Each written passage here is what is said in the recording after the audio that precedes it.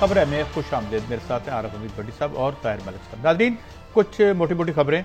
इमरान खान को एहसन इकबाल साहब ने चैलेंज किया है कि जनाब वो अपनी कैबिनेट के हवाले से ख़त लिखें एक नैब को कि वहाँ बड़ी उनके मुताबिक करप्शन हो रही है और वो क्या एक्सपेक्ट कर रहे हैं, क्योंकि क्या कोई ऐसी रवायत इससे पहले मौजूद है कि किसी हुक्मरान ने अपनी कैबिनेट को जो है एहतसाब के लिए पेश किया हो। ये किस किस्म का मुतालबा है? बहरहाल मुतालबा है और उन्होंने कर दिया है। साथ साथ हम देखते हैं कि शुगर मिल्स एसोसिएशन से जनाब जहांगीर तरीन अहम प्लेयर थे PTI के पीछे और आजकल ज़रा पस मंज़र में हैं, उनको शुगर मिल्स एसोसिएशन से भी कहा जा रहा है मुबैना तौर पर कि कुछ जो हुकूमती जो लोग थे उन्होंने उनको पीछे धकेल दिया है। इसके क्या वजूहात और उस पर बात करेंगे, मगर सबसे अहम स्टोरी क्या है वो है हमारा कभी रोशनियों का शहर हुआ करता था, रूसल बिलाद था कराची। वहाँ क्या हुआ? अंधेरों में डूबा हुआ है, बिजली नहीं है, लोग तंग हैं और वो जो के इलेक्ट्रिक है एक निजकारी का मकबरा हमारे सामने मौजूद है और उसके साथ हम इसके कई मकबरे और तामीर करना चाहते हैं। IPPs का मकबरा तो आपके सामने है ही, इस पर बात करेंगे। साथ साथ क्या IMF जो है सरकारी नौकरियां खत्म कर रहा है, पेंशन खत्म कर रहा है, मगर खुशाइन बात यह है कि मोहम्मद शहबाज गिल साहब जो मुआविन खसूसी हैं जनाब प्राइम मिनिस्टर साहब के, उनका कहना है ऐसी कोई बात नहीं है, मगर ये खबरें अंदर से आ रही हैं कि ये मुसलसल मुतालबा IMF की तरफ से दोहराया जा रहा है, क्योंकि उनको तो अपनी जो पेमेंट से गर्ज है, इससे नहीं गर्ज कि यहाँ हम पर क्या बीत जाती है। यही होता है साहूकारों का जो तरीकाकार है बेचारे कर्जखोरों से। जी भट्टी साहब, इमरान खान साहब को एहसन इकबाल साहब चैलेंज का जनाब आप अपनी तमाम कैबिनेट के कच्चे चट्टे जो हैं उन्हें, जिस तरह मियां नवाज शरीफ साहब ने भी इसी तरह पेश किया होगा, बाकी लोग भी पेश किए कि बिस्मिल्लाहिर्रहमानिर्रहीम। कमर जमान चौधरी साहब ने कितना सख्त एहतसाब किया था मियां साहब का। मैंने गुजारिश की बिस्मिल्लाहिर्रहमानिर्रहीम। मैंने अर्ज किया है कि गालिबन ये एहसन इकबाल साहब वो हैं जो माजी में इंटीरियर मिनिस्टर भी रहे हैं। ये वही है कि किसी और ऐसा नहीं बात कर रहे हैं? माशाल्लाह वो जो ग्लासेस लगाते हैं, मुझे सफेद सी हैं, टाई भी अच्छी सी होती है, शर्ट भी मैचिंग होती है, ये वही है कि दूसरे हैं नारोवाल से एक ही हैं, यक्ता है। मेरी मेमोरी आजकल ठीक नहीं है। गालिबन 13 से लेके 18 तक इनकी हुकूमत थी। बिल्कुल ठीक है नहीं यार, मुझे बता दें मलिक साहब, आप क्या पान खा रहे हैं? बिल्कुल आप सच बता रहे हैं, सही बता रहे हैं, दुरुस्त बता रहे हैं। उससे पहले जरदारी पर 10% के इल्जाम ये लगाते रहे, उससे पहले स्विस अकाउंट ये लगाते रहे, अरबों खरबों रुपए पीपल्स पार्टी में इल्जाम ये लगाते रहे। कौन सा महल था? सरे महल ये इल्जाम लगाते रहे। इन्होंने 5 साल में इमरान खान को हाथ भेजने की बजाय अपनी 5 साल की नैब की कारकर्दगी आज बता देते हमें। हम इनके बड़े ममनू होते कि इतने शरीफ सादा प्यारे आदमी हैं और हालांकि करप्शन से इतनी तारीख के सबसे बेहतरीन चेयरमैन इन्हें मिले कमर जमान चौधरी साहब। वो कमर जमान चौधरी साहब क्या है? कमर जमान चौधरी साहब आज भी नैब में नहायत इफेक्टिव है। जो उनका कार्य खास था, जो उनके गिव एंड टेक करता था, आज भी वही है। मैं आपको ये बात नहीं, उनके खिलाफ एक प्रेस कॉन्फ्रेंस नवाज शरीफ साहब ने की थी कि आप शुरफा को हाथ डाल रहे हैं। वो जब डाला था उसको मियां मनशा को, जो मेरा उनका पार्टनर था, अरबों खरबों का पार्टनर था, लाखों करोड़ों का नहीं। बट साहब अजान की ब्रेक है, रोकने को दिल नहीं कर रहा, मगर ये रोक नहीं सकते। हम देखते हैं कि ये क्या कहानियां हैं एक ब्रेक के बाद। Welcome back. कुछ सुनवा भी देते एहसन इकबाल साहब का, कुछ आप हमें जो उन्होंने कहा है वो सुनवा देते हैं, फिर मैं भट्टी साहब के और मलिक साहब की तरफ आता हूँ। आज मैं वजीर आजम इमरान अहमद नियाजी से मुतालबा करता हूँ कि अगर आप ईमानदारी के इतने बड़े चैंपियन हैं तो चेयरमैन नैब को अभी खत लिखें कि जनाबे वाला मेरी काबीना में कोई गलत बंदा नहीं होना चाहिए और मैं अपनी काबीना को सबसे पहले आपके सामने एहतसाब के लिए खुद समेत पेश करता हूँ। क्या इमरान अहमद नियाजी ये खत लिख सकते हैं? इस वक्त इमरान अहमद नियाजी करप्शन की सबसे बड़ी छतरी बन चुका है, जिसके नीचे सब करप्शन के मगरमच्छ जमा है। अब भट्टी साहब इस हद तक तो जायज है, देखें तारीख में नाम लिखा जाएगा कि जिस तरह नैब ने यहाँ दयानतदारी के झंडे गाड़े हैं इनके दौर में, तो इमरान खान साहब को भी करें। अच्छा, एक तो मलिक साहब मैं आपसे मुखातिब हूं, बड़े माशाल्लाह समाग रहे हैं। एक तो आज भी उसी तरह करप्शन हो रही है जिससे माजी में हो रही है, मुझे कोई नहीं। मैंने 3-4 स्टोरियों पे काम किया है। जब मैं एंड पे पहुंचता हूँ तो मगरमच्छ फनियर सांप होता है, मैं पीछे आ रहा हूँ, पर जल रहे हैं। मानना चाहिए सच यार, ठीक है, जितनी हिम्मत है उतना करना, अल्लाह ने सपुर्द दिया।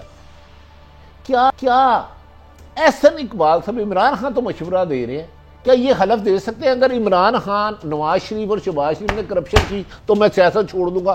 खुद एहसन इकबाल ये हलफ दें, हलफ कुरान पे, कि मैंने लाहौर मेट्रो में एक बंदे को स्टॉप पे गेट बनाने का ठेका दिलाया और उसने कितना पैसा बनाया। रिंग रोड का क्या मामला था? पंजाबी में रिंग रोड की ब्यूटिफिकेशन का छोड़ना की मैं अपनी सलाह ना करूं, मैं सबने ऐब आम से निकालूं। पहले तो मुझे आम में वो ऐब निकालना चाहिए जो मेरे में ना हो। दूसरी साइड भी देखे ना, जब आप हुकूमत में जिम्मेदारी आप पे ज्यादा है, आपका नाम है इमरान खान, आप है मेरे वजीर आजम, मैंने इन गुनाहगार कानों से सुना, आपने कहा कि 15 दिन के अंदर अंदर मेरे जो मशीर है अपने एहसासे बताएं, अपनी सिटीजनशिप बताएं। वो 15 दिन 15 साल हो गए हैं, वो किधर गए? आज सुन लें, आज आपका जो एग्जेक्टिव जो नैब का इजलास हुआ है उसमें नाम आया सारे अपोजिशन, सरताज अजीज पे उन्होंने कहा ये फाइल खोल दे, नवाज शरीफ पे एक और केस हो गया, सुनते जाए, शहबाज पे एक केस और हो गया। सवाल मेरा ये है कि आपका लफ्ज़ नहीं, लास्ट फिक्रा मेरा है, एहतसाब जब तक अक्रॉस द बोर्ड नहीं होगा, सबका नहीं आप शामिल करेंगे, आप एहतसाब नहीं कर सकते। किधर है यार? इसकी कोई रवायत है? रवायत को छोड़े, मियां साहब ने कितने अपने वजीर अंदर करवाए थे? मियां साहब ने कितने अपने मशीर अंदर करवाए थे? यार आप लोगों से एक्सपेक्ट करते हैं यार, माजी को छोड़ें यार। मैं आपका जवाब देता हूं और आपकी बात 100% आप बताएं ना, माजी में जिंदा रहेंगे आप। ये चैलेंज है, जब तक ये एहतसाब क्रॉस बोल अल्लाह आपका इसका रिजल्ट 0 आएगा। जितना जोर लगाना लगा ले, उनको कोई इससे करोड़ गुना लगा ले। मौजूदा हुकूमत का एहतसाब होना चाहिए, 1 अरब 1% होना चाहिए, नहीं हो रहा, वन साइडेड हो रहा है। मुझे सिर्फ यार इशू नहीं है, मुझे कहते हैं आपका नहीं हो रहा, हमारा बंद कर दो। ये जो पेशावर की मेट्रो आपने बनानी है, BRTB, दुनिया का कोई बंदा मुझे दिखा दे इसकी जस्टिस, इमरान खान जो बात इससे इन्वेस्टिगेशन ही बनती, कायम रहे हैं। चले मसलन बता दें, इमरान खान साहब काबिल एहतराम थे, हैं और रहेंगे। IMF के पास नहीं जाऊंगा, ये मेरी नहीं है। बिजली और पेट्रोल की कीमत बढ़े, आपका प्राइम मिनिस्टर करप्ट है। 2 नहीं, 1 पाकिस्तान होगा। जितनी फराख दिली से करप्शन हो रही है आज। अच्छा, दूसरी, इन्होंने खुद फरमाया कि सब इसमें आपने करना है कि मेरे मशीर सारे सासे जाहिर करेंगे। वो वी शेख साहब ने करा दिया। मेरा सवाल और आप बता दें, मैं एक पंजाबी की मिसाल देता हूं। ओए जदों मैं ते तुसी दोवें करप्शन हो साडू हां ते अड्डी करप्शन विच तकलीफ की लोड़ है? तो फिर लड़ाई जिसमें मैं आप सब कुछ करता रहा हूं, हम सारे हाथ धोते रहे हैं और आज आके इमरान खान को हदायतनामा करप्शन जारी कर रहे हैं। ये क्या है? आपकी बात ठीक है, फिर आपको तो खुश होना चाहिए कि आपकी रवायत को आगे बढ़ाया जा रहा है। काजी साहब, ये मौलक साहब का पॉइंट, इसमें आर्गुमेंट से नहीं, ये तस्वीरें इसमें आर्गुमेंट से करते हैं। पार्टी और नून लीग से हमें ईमानदारी की तवक्को नहीं, कम से कम मुझे नहीं है, हो सकता है वो सारे हो। सुन लेना, नहीं भट्टी साहब, इमरान खान साहब ने लोगों की 90% जनरेशन की, यंग जनरेशन की उम्मीद बन गए कि मैं शफाफ पाकिस्तान दूंगा। आप तो शफाफ टीम नहीं दे पा रहे, तो पाकिस्तान कैसे नहीं दे पा रहे? रज़ाक दाऊद, हफीज शेख, शहजाद अकबर, आपको पता है इसने कैसे भर्ती करवाया? शहजाद अकबर की मैं पूरी हिस्ट्री दूंगा, एक स्टोरी मैंने निकली है, आपके रोंगटे खड़े हो जाएंगे। मतलब है नहीं, ये सारे एडवाइजर, अगर ये वजीर आजम, कैसे वजीर आजम है, मेरा वजीर आजम है ना इमरान खान साहब, ये अपनी जुबान चंद दिन पहले कह रहे हैं मेरे एडवाइजर सारे सासे जाहिर करेंगे, तो क्यों नहीं? 15 दिन दिए हैं। बात सुने, इसमें 2 चीजें। पहली चीज ये है कि इसमें हुकूमत में बहुत ज्यादा करप्शन है, that is right, I agree with. जो मुस्लिम लीग नून का या उसके दोस्तों का बयानिया है वो ये है कि भाई नाअहली से करप्शन बेहतर है। न क्या इमरान खान की नाकामी का मतलब ये है कि ये इनको दोबारा ले आए? हम उनकी तारीफ करें। नहीं, इनको एक्सपोज तो करें ना। मेरे नाअहली मुकाबला बदनवानी नाअहली से बेहतर है। मेरी बात सुनो, बदनवानों को फिर ले आओ। काजी साहब, ये कहानी है यार। आपको किसने कहा? ये सारी आपकी प्रोपेगेंडा कैंपेन है, बदनवानी अच्छी है, नाअहली बुरी है। ये एक खास जमात प्रोपेगेंडा कर रही है कि -1 हो रहा है, फलां वज़ीर आला चेंज हो रहा है, कुछ नहीं हो रहा। मैं आपको कहना, जब चेंज होगा खबर ये फकीर देगा। गुजारिश ये है कि इमरान खान सबसे तवक्को थी ये मेरिट पे करेंगे। मुझे तो थी ना, थोड़ा सा मुझे अपना हक तो है।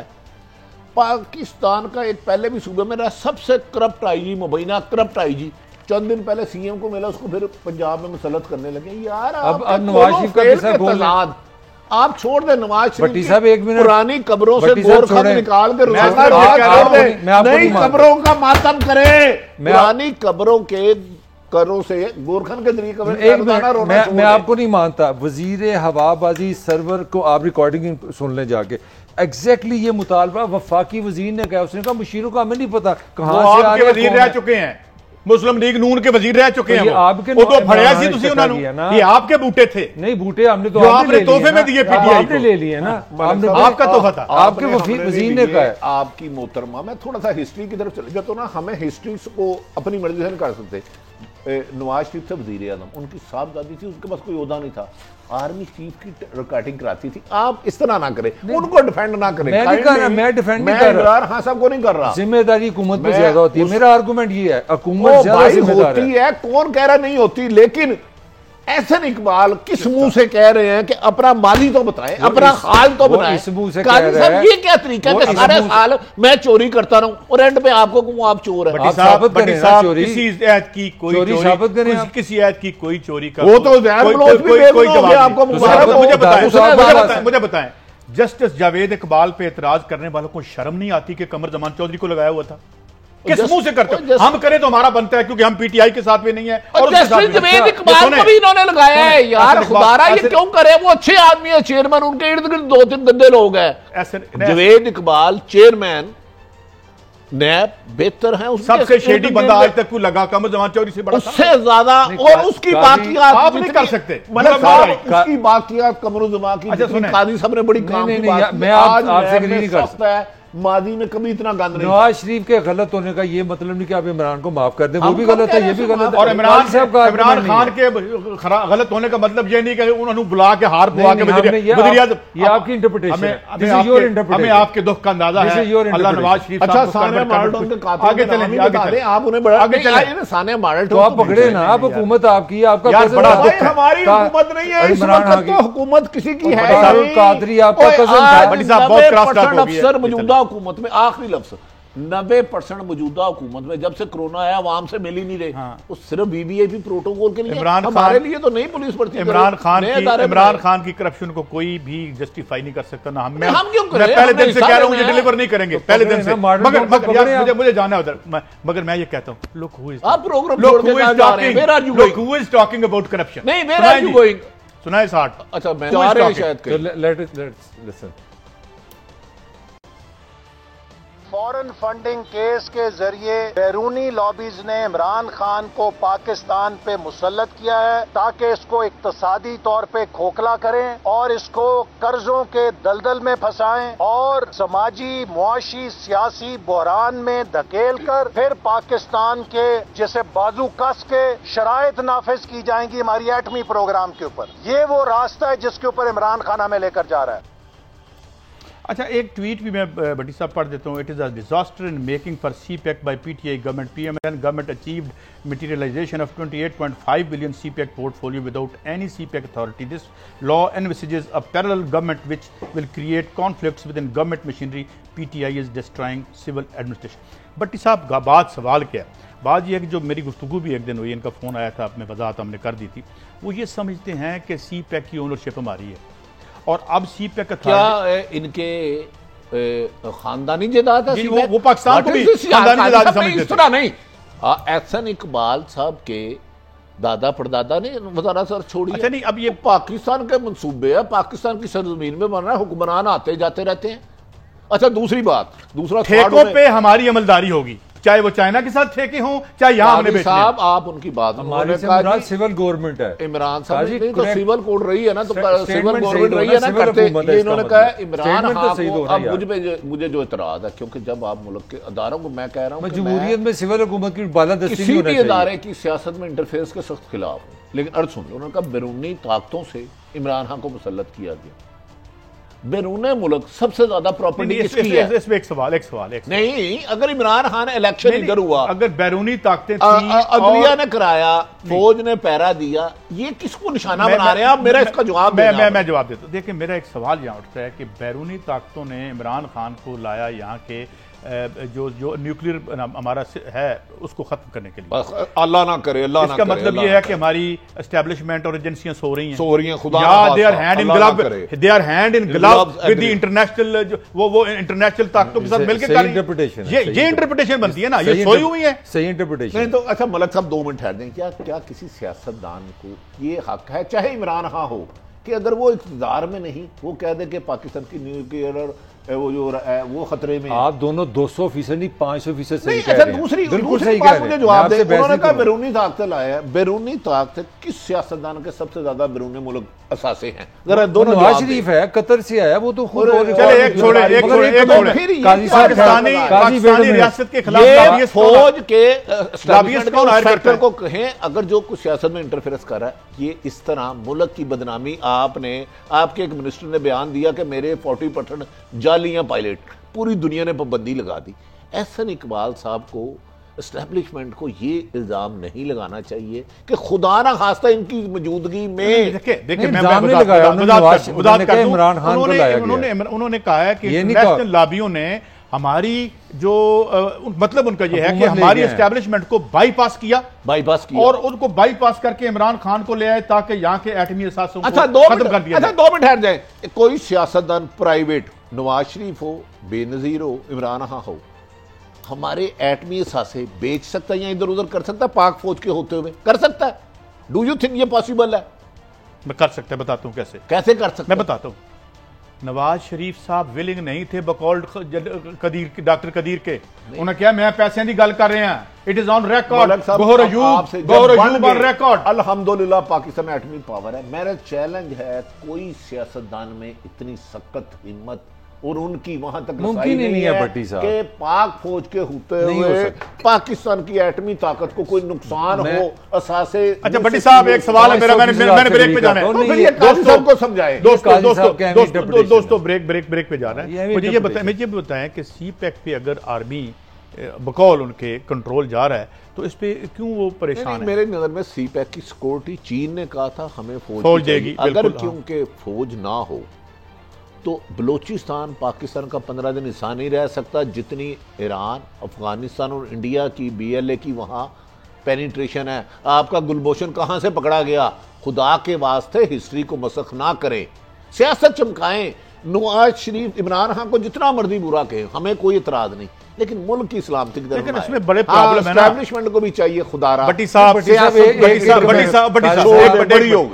मैंने ब्रेक पे जाना है। बात सिर्फ इतनी है कि जहाँ पे एयरपोर्ट बनाने से पहले जमीनें खरीदने वाले मौजूद हों, यहाँ से सड़क गुजरनी है, तो सी पैक का क्या असर करेंगे? बहरहाल आते हैं एक ब्रेक के बाद, बात जारी रखें। वेलकम बैक नाजरीन। हमारा सबसे खूबसूरत शहर कराची, जो पश्तूनों का दुनिया में सबसे बड़ा शहर कराची, बेशुमार पंजाबी मिनी पाकिस्तान, और उसका हमने क्या असर कर दिया। और उसके वस्त में जो अभी हमारे माजी के जो जराइम हैं और जो काम, ये जो मकबरा है KE का, उसके बीच में 400 अरब रुपए की सब्सिडी दी गई। और इवन पिछले जो वजीरे बराए पानी और बिजली थे, ख्वाजा साहब का डिटेल्ड इंटरव्यू एक हैरल, अब तो बंद हो गया, उसके शायद आखिरी शुमारों में से एक में उन्होंने कहा था कि ये किसी एक भी वादे पर पूरे नहीं उतरे जो उन्होंने अपग्रेडेशन करनी थी। इस पर हम तफसील से बात करेंगे। लेकिन भट्टी साहब एंड मलिक साहब, किससे शुरू करो? मुझे ये बताएं कि आपके पास कितनी अच्छी मिसाल मौजूद है कि के इलेक्ट्रिक को प्राइवेटाइज करके आपने कराची का ही नहीं, वहाँ की इंडस्ट्री का, वहाँ के लोगों का, हर किस्म का बेड़ा गर्क कर दिया। मगर हम इससे बात नहीं आएंगे। मैं अर्ज करने लगूँ, ये कायदे आज़म ने मुल्क बनाया था आम शहरियों के लिए, हर एक शख्स को उसकी मेहनत के सिले में रिवार्ड मिलेगा, नौकरी में रोजगार मिलेगी। लेकिन जब से ये मुल्क बना, चंद खानदान गिद्धों की तरह इस पे लपक पड़े हैं। अब मुझे बताएं, जब तक कराची तरक्की नहीं करेगा पाकिस्तान नहीं कर सकता। इसमें तो कोई बहाम नहीं है। कत्लो गारत की इंतहा वहाँ, बोरी बंद लाशें वहाँ, 5 मिनट में कराची बंद वहाँ। केरल को 400 अरब आप दे चुके हैं। इसका बेनिफिशरी जो मालिक है आपके प्राइम मिनिस्टर को डोनेट करता है। ओ भाई, इस मुल्क को कितना का खाना है और कब तक खाना है? मुझे बताएं। अजहर बलोच जाके कहता है मैं बेगुनाह हूं। बल्दिया फैक्ट्री के जराइम के मुल्जमान आपको सिर्फ गुनाहगार अवाम है।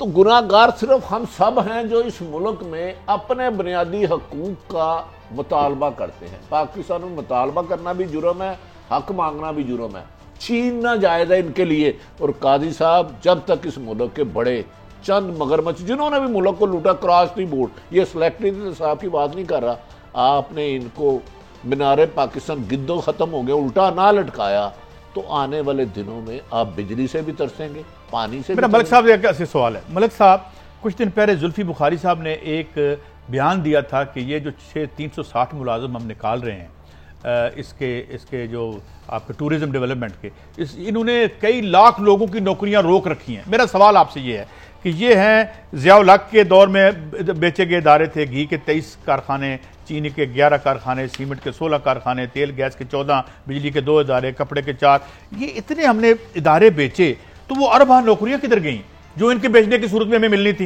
यहाँ बेरोजगारी आपको पता है। मौजू आपका के इलेक्ट्रिक से, उसके हवाले से मैं 1 मिनट में बात करने लूँगा। 9 अरब रुपए जो ना साल के हम दे रहे थे जब वो हमारा था, यानी कि पब्लिक के, अब क्या दे रहे थे? 9 अरब रुपया साल का हम दे रहे थे उसको सब्सिडी कि कराची की खिदमत करो। ये जनरल मुशर्रफ का तोहफा है, बल्कि मैं कहूँगा डाका है। जब आपने उसको प्राइवेट किया वो चला गया 60 अरब पे। कितना? 60 अरब पर, यानी 9 अरब जो हम दे रहे थे जब वो पब्लिक सेक्टर में था। हाँ। जब हमने उसको प्राइवेट किया तो कराची के इलेक्ट्रिक को जब वो जो सरकार तो 9 अरब दे रहे थे, कराची में हमारी आवाम को रोशनी मिले जब पब्लिक के पास था। जब हमने प्राइवेट किया एक अपनी मलकियत भी दी और 60 अरब पे चले गए। 400 अरब जो आपने गिनाया, मैं वो आपको बता रहा हूँ, ये जो इनके सवाल का जवाब दे रहा हूँ। 400 अरब रुपया कराची इलेक्ट्रिक खा गया। और अगली बात जो है कि पीटीआई जो सरकार बैठी है वो क्या कर रही है? धरना दे रही है। एमक्यूएम जो कराची सिटी की हुकूमत है वो धरना दे रही है। पीपल्स पार्टी गाली निकाल रही है। किसी पाकिस्तान को पता नहीं मुजरिम कौन है। मैं आपको एक बात अपनी राय दे रहा हूँ, प्लीज। जब तक कराची और सिंध तरक्की नहीं करेगा, पाकिस्तान 70% रेवेन्यू है कराची से पाकिस्तान। एक इसमें खबर और भी है कादी साहब, 1 मिनट सिर्फ इनसे। कमो बेशतर 25 से 30 साल सिंध हुकूमत पाकिस्तान पीपल्स पार्टी की हुकूमत है, ठीक है। तो क्या इन्होंने भी सिंध की आम आवाम के लिए साफ पानी, बिजली, तालीम से कुछ नहीं किया? नहीं दिया। मगर यहाँ बिजली पे आ जाए ना, ये केस है नेपरा का। ये फेडरल हुकूमत की जिम्मेदारी है। रेगुलेशन जो है, जो कंट्रोल करना है के इलेक्ट्रिक को, वो सिंध हुकूमत ने नहीं करना। पानी नहीं दिया, आप सही कह रहे हैं। हेल्थ नहीं दी, आप सही कह रहे हैं। लोगों को नहीं पढ़ाया, आप सही कह रहे हैं। मगर इस पे सिंध हुकूमत पे इल्जाम नहीं दे सकते। मलिक साहब एक खबर और यार, मुझे सिंध और वफाक की लड़ाई से गर्ज नहीं। मुझे याद है, मुझे इतना है कि सिंध को उसके बुनियादी हकूक से महरूम कर रहे हो, उनको डाकू चोरों के हवाले कर दिया। मलिक साहब की बात ठीक है कि पिछले 2 सालों से मिसमैनेज कर रही है पीटीआई की गवर्नमेंट। उससे पहले 5 साल मुस्लिम लीग नून ने किया, उससे पहले 5 साल पीपल्स पार्टी ने किया, उससे पहले परवेज मुशर्रफ ने किया। चले जाए पीछे, जहां तक चले जाए। अब बात यह है, एक मैं खबर और भी बता दूं, जब ये थोड़ी देर स्टील मिल काम कर रही थी, आपको पता है ये अपने बिजली घर से के इलेक्ट्रिक को बिजली मुहैया किया करती थी। जब तक प्राइवेट ठेकेदारों और इंपोर्टर्स ने स्टील मिल का बेड़ा नहीं कर किया था, तब तक बिजली वहां से भी जा रही थी। कादी साहब, आपकी बात, आपने एक अच्छी बात कर दी गलती से। आपने कहा कि कराची स्टील मिल बिजली बना रही थी और के इलेक्ट्रिक को दे रही थी, ठीक है। उसको स्टील मिल को किसने तबाह किया? उसके जिम्मेदारों का नाम भी तो होना यार। ये देखिए, मैं बता देता हूं, इसमें बहुत से लोग हैं, और ये जो कल ले लेंगे हम अपना जो है वो जो स्टेक होल्डर ग्रुप के हेड हैं, जो जाके जो उसको आपकी मेजर पॉलिटिकल पार्टी ममरेज खान साहब को ले लेंगे। आप जब तक ऐसे लोगों को पकड़ के सर नहीं पकड़ सकते, वो कैबिनेट में बैठे होंगे तो कैसे पकड़ेंगे? तो कादी साहब, फिर आवाम लुटती रहेगी। फिर मैं बार बार ये अर्ज कर रहा हूं, पुरानी गोरखंदों को पुरानी कमरे निकाल कर रोना छोड़ दे यार, अब तो कुछ बेहतर करे। आज का तोहफा सुन लेना। आज खबर पे जाने कासिम का जो है ना 130 मेगावाट और माइनस हो गया कराची में। मजीद जो इंडस्ट्रियल एरिया उसके 8 घंटे उसकी भी सब कराची को तबाह असल किया। अगर आपकी असेसमेंट नहीं, थोड़ा सा हम सियासी जमातों से हमारे लिए सब काबिल एहतराम है। कराची की तबाही का आगाज हमें जो हमारा जो मार्शल लॉ था ना ज़िया-उल हक का, उससे शुरू हुआ काम, और उसके बाद वहाँ पे जो पैबंदकारी की गई, जो पार्टियां बनाई गई, एमक्यूएम बनाई गई, आपको उसका पता है इनिशियल कितना। मैं कराची के मुहाजिर अवाम को बिल्कुल नहीं कहता, जिस तरह पीपल्स पार्टी को अगर उसकी लीडरशिप बिट्रे करती है तो उसके वर्करों और उस पर एतमाद रखने वालों का हमसे ज्यादा पाकिस्तान के वफादार है, उनका हमसे ज्यादा ब्रेक है। एक ब्रेक की तरफ आते हैं और हम आपके पूछेंगे कि जनाब इतने बड़े प्लेयर थे यहाँ पे जनाब जहांगीर तरीन साहब, तो अब वो मिल्स एसोसिएशन में 20% 22% उनका शेयर है यहाँ की प्रोडक्शन में, तो ये क्या मामला है? भट्टी साहब के पास अंदर की खबर है ब्रेक के बाद। Welcome back. अच्छा भट्टी साहब, आपने कल एक राय दी थी कि मियां नवाज शरीफ साहब बकौल आपके इररेलेवेंट हो चुके हैं पाकिस्तान की सियासत में। क्या जहांगीर तरीन साहब भी इररेलेवेंट होते चले जा रहे हैं, जिस तरह उन्हें मिल्स एसोसिएशन से भी मिन्हा कर दिया गया उनका नाम? 14 तारीख जुलाई 2020 7:50 तक नवाज शरीफ साहब पे क्रॉस है। कल क्या होगा गायब का इल्म। हाँ, जहांगीर तरीन नहीं माइनस हो गए। कुछ लोगों ने कोशिश की ये इस्लामाबाद में एक आदमी है, उसने कहा उससे शुगर वाले ये जो भी है मिली, उन्होंने कहा जी हमें नजायज़ तंग किया जा रहा है। वो प्रेशर डाल के यूनियन बनाई गई, वो क्या करती है क्या नहीं। जहांगीर तरीन की उधर बात नहीं हुई इमरान खान से, ये बात आपको मैं यकीन से कहता हूँ अनरेलेवेंट कौन हुआ है? नवाज शरीफ से कह रहे हैं आपकी अपोजिशन अनरेलेवेंट हो चुकी है। आखिरी मुलाकात पीपल्स पार्टी की तरफ से कल एक मैसेज गया है आपके दोस्तों को जो नजर नहीं आते। क्या मैसेज गया? बाकी फिर नहीं भट्टी साहब आपने बड़ी खबर दे दी है, मगर बुनियादी खराज तहसीन पेश मेरा किया। बच्चों वाला एक सवाल है, ये खामोश एनआरओ नहीं कि आप रात को जहाज में चले जाए लंदन और आपका पीछे खामोशी होगी? अच्छा, डू यू थिंक ये खान साहब ने एनआरओ नहीं दिया? ये बात ये बताएं ना। आप ये बात सच समझते हैं मुल्क में एनआरओ नहीं होता? आप ये आप सच समझते हैं? आप यार प्लीज यार मैं सॉरी मैं माफी चाहता हूं, अंडरस्टैंडिंग आपने मेरी सलाह की अंडरस्टैंडिंग आपने कहा होती कि एनआरओ नहीं होता तो फिर ये चला किस तरह कुछ गया? लोग कहते हैं अंडरस्टैंडिंग होती है, एनआरओ नहीं। एक बहुत बड़ी अंडरस्टैंडिंग करने की कोशिश की जा रही है, बहुत बड़ी। ये जो लोग कह रहे हैं ना माइनस ये हो रहा है ना माइनस ये हो रहा है, ये कुछ नहीं हो रहा। ये एक प्रोपोगंडा सेल है, जान के पल्स लेने के लिए छोड़ा जा रहा है। अच्छा, मियां मंशा का भी नाम आया कि राब्तों में वो भी शामिल है, नवाज शरीफ और देखिए जगीर मियां तरीन के मंशा दरमियान। नवाज शरीफ के शुरू से इन्वेस्टर है इस मुल्क में। ये जो आईपीपी है ना, इसका बेनिफिशियरी कौन है इस मुल्क? वो यकीस बेनिफिशरीज हैं। मुस्लिम कमर्शियल बैंक नदीम बाबर साहब भी थे और लोग किसने लिया? काजी साहब, ये चंद खान। देखिए कल एक शो में मुझे मैं ये बात खत्म करके अगली स्टोरी पे जाता हूँ कि वहां पे जो हालब्रुक आया था जब के इलेक्ट्रिक की प्राइवेटाइजेशन हो रही थी, गवर्नर उसमें बैठा हुआ था जब इसका बेड़ा गर्क हुआ। IPPs 94 में जब यहाँ ये बर्बादी हो रही थी तो हेजल ओलेरी आया हुआ था जो कि एनर्जी सेक्रेटरी था अमेरिका का, और वो कहता था कि ये तारीख़ इंसानी के सबसे आला तरीन मनसूबे हैं जो मैं लगा के दे गया और जिसने हमारा बेड़ा गर्क किया। अच्छा भट्टी साहब आगे बढ़ते हैं। अब सवाल ये है कि एक खबर आ रही थी मलिक साहब के IMF और वर्ल्ड बैंक के कुछ मुतालबात हैं, पेंशन ख़त्म कर दी जाएँ, नौकरियाँ ख़त्म कर दी जाएँ, परमानेंट नौकरियाँ न रहें, ब्यूरोक्रेसी में जनाब वो आपकी परफॉर्मेंस की बुनियाद हो और ये इस तरह कर दिया जाए। मगर इस पर मोहम्मद शहबाज गिल साहब का कहना था, मैंने उनकी ट्वीट देखी है कि ये बिल्कुल गलत बात है। इस पर आप क्या समझते हैं? बट मैं सिंपल 1 मिनट आपसे लूँगा। देखिए बच्चों वाला साहब है, किसी भी घर में चले जाए जिसकी आमदनी 4000 रुपया हो और उसका खर्चा 7000 हो। पाकिस्तान रियासत का सिर्फ एक ही किलकिला है, आमदनी आपकी 4000 अरब है, खर्चा आपका 7000 अरब है।